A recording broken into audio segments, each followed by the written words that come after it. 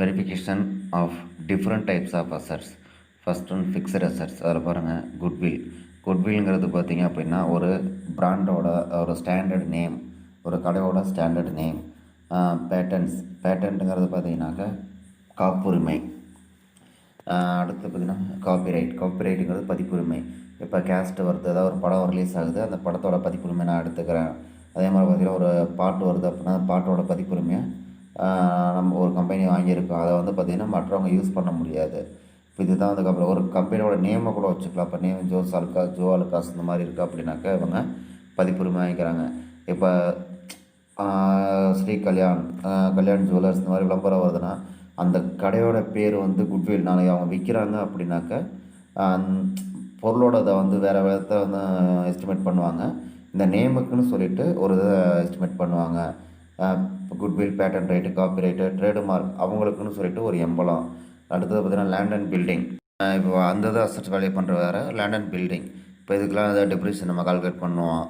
இடத்தோட வேல்யூ இதை வச்சு நம்ம வேல்யூ பண்ண முடியும். இப்போ பழைய பில்டிங்காக இருக்குன்னா அதுக்கு ஒரு வேல்யூ, புது பில்டிங் அந்த அதுக்கு ஒரு வேல்யூ, அந்த இடத்தோட வேல்யூ இதை வச்சு நம்ம வந்து இதெல்லாம் கால்குலேட் பண்ண முடியும். அடுத்தது பிளான்ட் அண்ட் மிஷினரி.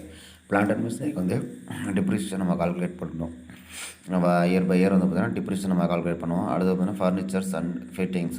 இப்போ ஒரு கம்பெனி இருக்குது, கடை இருக்குது அப்படின்னாக்க கண்டிப்பாக அங்கே ஃபர்னிச்சர்ஸ் இருக்கும், அங்கே ஃபிட்டிங்ஸ் இதெல்லாம் சேர்ந்துருக்கும். இப்போ இதோட வேல்யூவில் எவ்வளோ வருது என்ன அதை நம்ம கால்குலேட் பண்ணணும். இப்போ ஒவ்வொன்றுமே பார்த்திங்கன்னா அந்தந்த இதைப்படி தான் நம்ம அசட்ஸ் வந்து வேல்யூ பண்ண முடியும். குட்வில்னா எப்படி, இது பேட்டர்னா எப்படிங்கிறத அந்தந்த வேல்யூ வச்சு தான் நம்ம பண்ண முடியும். அடுத்து பார்த்திங்கன்னா motor vehicles.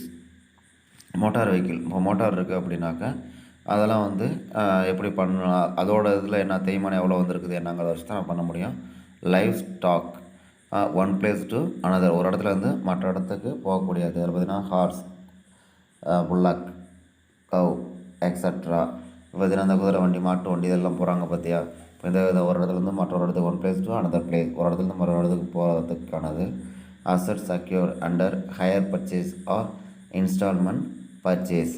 Higher purchase instalment, அதாவது தவணை முறையில் ஏதாவது அசட்ஸ் வாங்கியிருக்கிறாங்க அப்படின்னாக்க அதை வந்து அதை வந்து வேல்யூ பண்ணணும். Asset secure under hire purchase or instalment purchase. இது வந்து பார்த்திங்கனாக்க வாங்கியிருக்கிறது எவ்வளவு, அதுக்கான இன்ட்ரெஸ்ட் கால்குலேட் பண்ணியிருப்பாங்க. இதெல்லாம் வந்து இதை வச்சு அதுக்கப்புறம் தான் அதோட பொருளோட ரேட்டு அந்த இதெல்லாம் காமிக்கும். இப்போ இதெல்லாம் பார்த்திங்கனாக்கா இந்த மெத்தடில் தான் நம்ம இதை யூஸ் பண்ணணும். இது பார்த்திங்கன்னா verification and valuation of liabilities.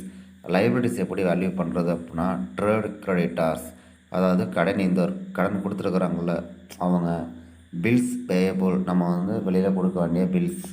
Loan, பேங்க்கில் வாங்கியிருப்போம், இல்லாட்டி வெளியில் நம்ம கடன் வாங்கியிருப்போம், எவ்வளோ வாங்கியிருக்கிறோம் அதுக்கான இன்ட்ரெஸ்ட் எவ்வளவு என்னங்கிறத வந்து பார்த்திங்கன்னா நம்ம வந்து வேல்யூ பண்ணணும். அடுத்தது அவுட்ஸ்டாண்டிங் லைபிலிட்டிஸ் ஃபார் எக்ஸ்பென்சஸ், அதாவது கொடுபட வேண்டிய செலவினங்கள். அதாவது பார்த்திங்கன்னா இப்போ வேலை செஞ்சு கூலி தராமல் வந்திருப்போம், வேலை செஞ்சு சம்பளம் தராமல் வந்திருப்போம். இப்போ இது மாதிரி கொடுக்க வேண்டிய இன்ட்ரெஸ்ட்டு, கொடுக்க வேண்டிய ரெண்ட்டு, கொடுக்க வேண்டிய வேஜஸ், இதெல்லாம் பார்த்திங்கன்னா அவுட்ஸ்டாண்டிங் லைபிலிட்டிஸ் ஃபார் எக்ஸ்பென்சஸ். அது மாதிரி கேபிட்டல், ரிசர்வ் அண்ட் ஃபண்டு, டிவெஞ்சர்ஸ். டிவெஞ்சர்னால் கடன் நம்ம வாங்கியிருப்போம் அதை வந்து திருப்பி கொடுக்குறது. இன்கம் ரிசீவ்டு இன் அட்வான்ஸாக வாங்கினது. டேக்ஸ் ஆக்ஷன் லைபிலிட்டிஸ், டேக்ஸ் கட்ட வேண்டிய பொறுப்புகள். இதெல்லாமே பார்த்திங்கன்னா இன்கம் அட்வான்ஸாக நம்ம வாங்கியிருக்கிறோம் அப்படின்னா நம்ம அது பொறுப்பு. டேக்ஸ் ஆக்ஷன் லைபிலிட்டி, டேக்ஸ் கட்ட வேண்டிய பொறுப்புகள். இதெல்லாமே பார்த்திங்கனாக்கா ஒவ்வொரு இதையும் வந்து லைபிலிட்டிஸ் வந்து நம்ம வேல்யூ பண்ணணும், வேல்யூ பண்ணி வெரிஃபை பண்ணணும். டெப்ரிசியேஷன் கால்குலேட் பண்ணுறது பார்த்திங்கன்னா straight line method. Straight line மெத்தட்னால் ஒரு பொருளோட ரேட் வந்து 10,000 அப்படின்னாக்கா இப்போ அதோட லைஃப் வந்து பார்த்திங்கன்னா 10 வருஷம்னு சொல்கிறாங்கனாக்கா 10ஆல் டிவைட் பண்ண வருது ஸ்ட்ரைட் லைன் மெத்தட். அதாவது ரிட்டன் டவுன் வேல்யூ மெத்தட். 10,000 10%ங்கிறப்ப ஃபஸ்ட் இயரில் வந்து பார்த்தோம் அப்படின்னாக்கா 1000 லெஸ் பண்ணுவோம். ரெண்டாவது வருஷம் பார்த்திங்கன்னா 9,000க்கு 10% அப்படிங்கிறப்ப 900 லெஸ் பண்ணுவோம். இதுதான் ரிட்டன் டவுன் வேல்யூ மெத்தட். அந்த வருஷத்தோட வேல்யூ வேணுமோ அதில் இருந்து 10% அது பண்ணுவோம். அடுத்தது ஆனிட்டி மெத்தட். ஆனிட்டி மெத்தடுங்கிறது பார்த்திங்கன்னா ஆனிட்டி ஃபேக்டர் கொடுத்துருப்பாங்க, அதை வச்சு நம்ம டெப்ரிசியேஷன் கால்குலேட் பண்ணணும்.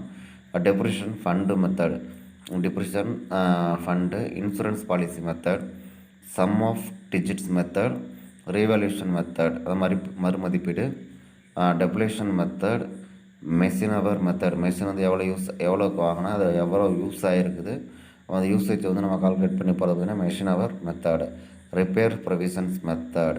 வேறு நம்ம சம் படித்தது பார்த்திங்கனாக்கா ஃபஸ்ட்டு ஒரு 4 இதை தான் நம்ம பார்த்துருப்போம். இது ஒவ்வொன்றுமே டிப்ரிஷியேஷன் கால்குலேட் பண்ணுற மெத்தட், அதை வச்சு தான் நம்ம கால்குலேட் பண்ணணும்.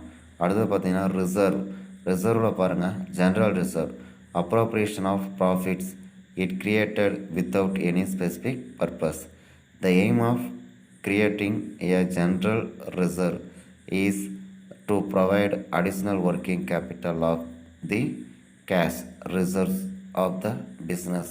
General reserve அதாவது பொதுவான reserve. capital reserve the term capital reserve does not include any amount regarded as free for distribution through the profit and loss account, profit on reissue of forfeited shares, profit on sale of fixed assets, premium on issue of shares or debentures, etc. ஷேர்ஸை வந்து issue பண்ணுறாங்க, reissue பண்ணுறாங்க. Profit on reissue, ப்ராஃபிட்டில் reissue பண்ணுறாங்க, forfeit பறிமுதல் செஞ்சப்பாங்க. அடுத்தது பார்த்திங்கன்னா profit and sale of fixed assets வந்து ப்ராஃபிட்டில் சேல்ஸ் பண்ணுறாங்க. அப்படிங்கிறப்ப பார்த்திங்கன்னா அது கேபிட்டல், அப்போ அது reserve. Premium on issue of shares or debentures, ப்ரீமியத்தில் இஷ்யூ பண்ணுறாங்க. இப்போ 100 தான் வந்து பார்த்திங்கன்னா கடன் வாங்குகிறான், அதாவது கடன் கொடுக்குறவங்க கொடுக்குறான்னா, நான் 100 அப்படி தரேன்னாக்கா அவன் கடன்காரன் நம்ம 110 தரான். ஏன்னா அவனோட பணம் சேஃப்டிக்காக அவங்க வந்து பார்த்திங்கன்னா அந்த மாதிரியான பிஸ்னஸில் இன்வெஸ்ட் பண்ணக்கூடியது. அதனால் இது பார்த்திங்கன்னா இந்த கேபிட்டல் ரிசர்வ் வந்து கால்குலேட் பண்ணுற method. The term capital reserve does not include any amount record as free for distribution through the profit and loss account. A specific reserve, a specific reserve if one which is created for some specific purpose by debiting P&L appropriation account. இது என்ன பண்ணான்னா அதாவது ஒரு குறிப்பிட்டதுக்காக reserve ஒதுக்குறாங்க அப்படின்னாக்க அந்த இது பார்த்திங்கன்னா specific reserve. இதை பார்த்திங்கன்னா ஒரு குறிப்பிட்ட பர்பஸுக்காக பை டெபிட்டிங் P&L அக்கௌண்ட்டில் அப்ராப்ரியேஷனில் வந்து பார்த்திங்கன்னா நம்ம டெபிட் பண்ணுறோம். Secret reserve does not appear on the face of the balance sheet. இது வந்து பார்த்திங்கன்னா பேலன்ஸ் ஷீட்டில் வந்து வராது.